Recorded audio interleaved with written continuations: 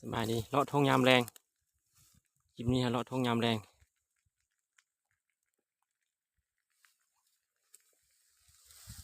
เลาะทงยามแรงกับM100ซอกอยู่หากินคือเก้ามาจูดทง